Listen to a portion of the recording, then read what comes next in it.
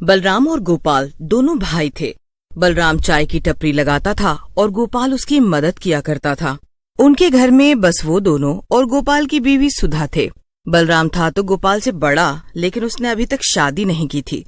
बलराम की चाय की टपरी पूरे इलाके में मशहूर थी। दूर दूर से लोग उसी के पास चाय पीने आते थे।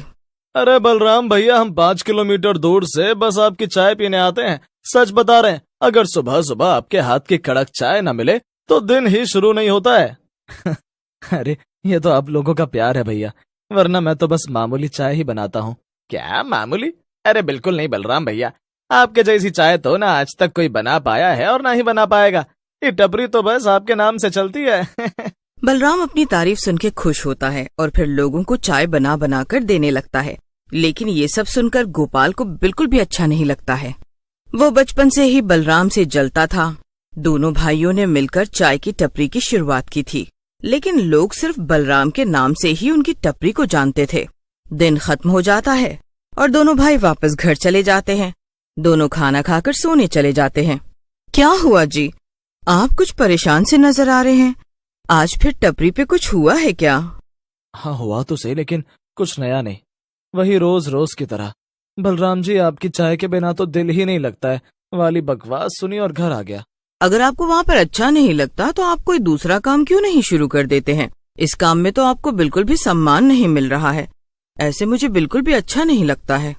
अच्छा, ये टपरी मैंने और भैया ने मिलकर खोली थी, तो फिर मैं इसे सिर्फ उन्हें क्यों सौंप दूं? अरे मेरी भी बराबर मेहनत थी और मैंने भी तो कितने सपने देखे हैं, लेकिन उन्होंने सब हड़प लिया। अब लोगों को अगर उनके हाथ की ही चाय पसंद आती है तो इसमें हम कर भी क्या सकते हैं जी। आप अब ज्यादा मत सोचिए और सो जाइए।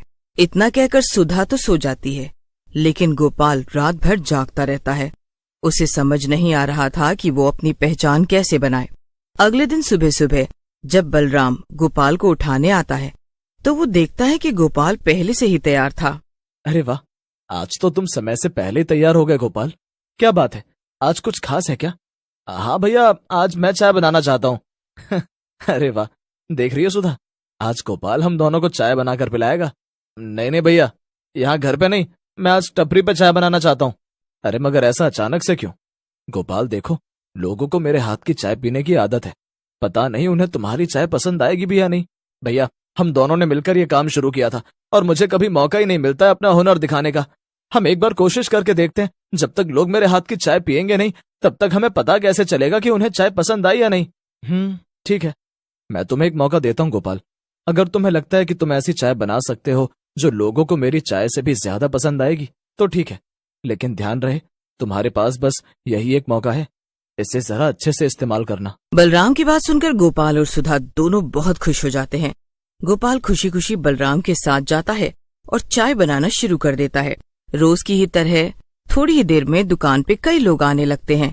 गोपाल जल्दी से सबके लिए चाय बना देता है और बलराम उन्हें चाय दे देता है, लेकिन चाय पीते ही सबके मुंह बिगड़ जाते हैं। फिर बलराम गोपाल को लगभग धक्का देते हुए हटा देता है और दूसरी चाय बनाने लगता है और साथ ही साथ गुस्से में बड़बड़ाने भी लगता है। पता नहीं किसने तुझे ये सब करने के लिए कहा था, बने बनाए ग्राहक भगाने पर तुला हुआ है तू तो। गोपाल को बलराम की ये बातें बहुत बुरी लग जाती है और वो वहाँ से बिना कुछ बोले चला जाता है। वो गुस्से में घर पहुँच जाता है और सुधा उसे ऐसे देखकर परेशान हो जाती है। क्या हुआ जी, आप बहुत परेशान से नजर आ रहे हैं, कोई बात हो गई है क्या? बात? अरे ये कोई जिंदगी है इतनी घटिया? घटिया? मगर क्यों? आज तो आप चाय बनाने वाले थे ना, तो फिर क्या हो गया? सुधा ने गोपाल की दुखती रग पे हाथ रख दिया। इससे गोपाल और तिलमिला गया। नहीं, मैं कभी चाय नहीं बना पाऊंगा और ना ही मुझे अपनी पहचान मिल पाएगी, क्योंकि वो सब तो मुझसे पहले छीन लिया गया है ना। मैं बस बलराम भैया के साथ रोज रोज काम पर जाऊंगा और उनके पीछे खड़ा रहूंगा। हर इंसान बस बलराम भैया की तारीफ करके निकल जाएगा। नहीं नहीं, आप ऐसे परेशान मत होइए, हम जरूर कुछ न कुछ। गोपाल गुस्से में कमरे के अंदर चला गया और उसने दरवाजा अंदर से बंद कर लिया। सुधा के कई बार कहने पर भी उसने दरवाजा नहीं खोला। शाम हो गई और बलराम भी वापस घर आ गया। भैया देखिए ना, गोपाल सुबह से कमरे के अंदर है और दरवाजा भी नहीं खोल रहे हैं। मुझे उनकी बहुत फिक्र हो रही है। आज मैंने भी उसे काफी कुछ सुना दिया, इसलिए उसका मन खराब हो गया होगा। तुम उसे कुछ देर के लिए अकेला ही रहने दो सुधा। जब उसका मन सही हो जाएगा तो वो अपने आप बाहर आ जाएगा। इतना कहकर बलराम भी अपने कमरे में चला जाता है। सुधा फिर से गोपाल के कमरे का दरवाजा खटखटाने लगती है और गोपाल दरवाजा खोल देता है। उसकी आंखें गुस्से से एकदम लाल थी और उसकी हालत बहुत खराब नजर आ रही थी। ये सब क्या है? आपने अपना ये क्या हाल बना रखा है? बस बहुत हुआ सुधा, अब मैं अपना और अपमान नहीं सह सकता। मैंने सालों से अपनी इतनी बेइज्जती करवाई है, आज तो सारी हदें पार हो गई। अब मैं इस बलराम से बदला लेकर ही रहूंगा। उसी बड़े भाई ने मेरी जिंदगी को नर्क बना रखा है। आज मैं उसे रास्ते से हटा दूंगा और अपनी जगह उससे वापस छीन कर ही रहूंगा। फिर गोपाल गुस्से में रसोई से चाकू उठा के बलराम के कमरे की तरफ जाने लगता है, लेकिन सुधा उसे रोकने लगती है। नहीं नहीं, रुक जाइए, मैं आपको ऐसा अनर्थ नहीं करने दूंगी। सुधा और गोपाल के बीच हो रही हाथापाई में गलती से गोपाल के हाथ से सुधा को चाकू लग जाता है और सुधा वहीं पर गिर जाती है। शोर सुन के बलराम भी अपने कमरे से बाहर आ जाता है। बलराम को देखकर गोपाल गुस्से से आग बबूला हो जाता है। ये सब तुम्हारी वजह से हो रहा है, मैं तुम्हें नहीं छोड़ूंगा। इतना कहकर गोपाल बलराम को भी मार देता है। वो गुस्से की आग में इतना पागल हो गया था कि उसे अब कुछ भी समझ नहीं आ रहा था। उसके सर पर केवल चाय की टपरी को हथियाने का भूत सवार था और उसके चलते उसने अपने सगे भाई और बीवी को भी मार डाला था। अब जो होना था वो हो गया, इसमें मेरी कोई गलती नहीं थी। ये तो नियति ने पहले से ही सोच रखा था, लेकिन अब चाय की टपरी सिर्फ और सिर्फ मेरी होगी। अब मैं अपनी नई जिंदगी शुरू करूंगा और बीवी का क्या है, मैं दूसरी शादी कर लूंगा। जब अब जिंदगी ही नए मोड़ पर शुरू हो रही है तो उसमें लोग भी तो नए ही होने चाहिए ना।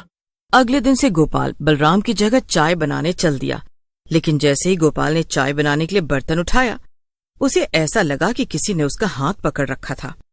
गोपाल अपना हाथ हिला भी नहीं पा रहा था, लेकिन तभी सामने रखा बर्तन अपने आप गैस पे चढ़ गया और धीरे धीरे उसमें पानी, चाय पत्ती और दूध डल गया। गोपाल कुछ समझ पाता उससे पहले ही वहां पर कई सारे लोग आ गए और गोपाल से सवाल करने लगे। अरे नहीं नहीं भैया, यह चाय पिछली बार जैसी नहीं है, इस बार तो मैंने बहुत अच्छी बनाई है, आप एक बार पीकर तो देखिए ना। अरे अगर अब की बार आपको चाय पसंद नहीं आए ना तो आप पैसे ही मत देना। अच्छा, अगर ऐसी बात है तो लाओ, फिर पिलाओ एक कप चाय हम सबको। गोपाल देखता है कि बर्तन में चाय बनकर तैयार हो गई थी और अब उसका हाथ भी अपने आप हिल पा रहा था, जैसे मानो जिसने भी हाथ पकड़ा था उसने छोड़ दिया हो। तो गोपाल ने झटपट चाय छान के सभी लोगों को पिला दी। फिर गोपाल ने डरते डरते उनसे पूछा, क्या हुआ भैया, चाय कैसी लगी? अरे वाह, ये चाय तो एकदम बलराम भैया जैसी बनी है। लगता है कि इस बार तुम उन्हीं से चाय बनाना सीख कर आए हो। हाँ भाई, पिछली बार तो तुम्हारी चाय पीकर हमारी हालत ही खराब हो गई थी, लेकिन इस बार तो तुमने कमाल ही कर दिया भाई। वाकई में ये चाय तो एकदम बलराम भैया जैसी है। हाँ, अच्छी क्यों नहीं होगी, ये चाय मैंने ही जो बनाई है।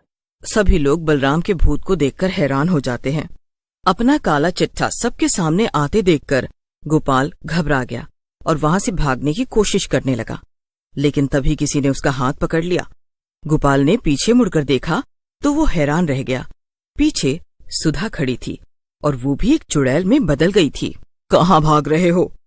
मैंने तुम्हारे जैसा लालची इंसान नहीं देखा।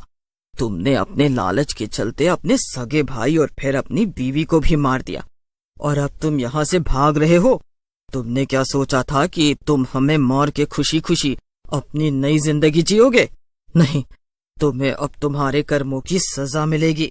ये सब देखकर आसपास खड़े लोग पुलिस को बुला लेते हैं और गोपाल गिरफ्तार हो जाता है, लेकिन बलराम का भूत गायब नहीं होता है।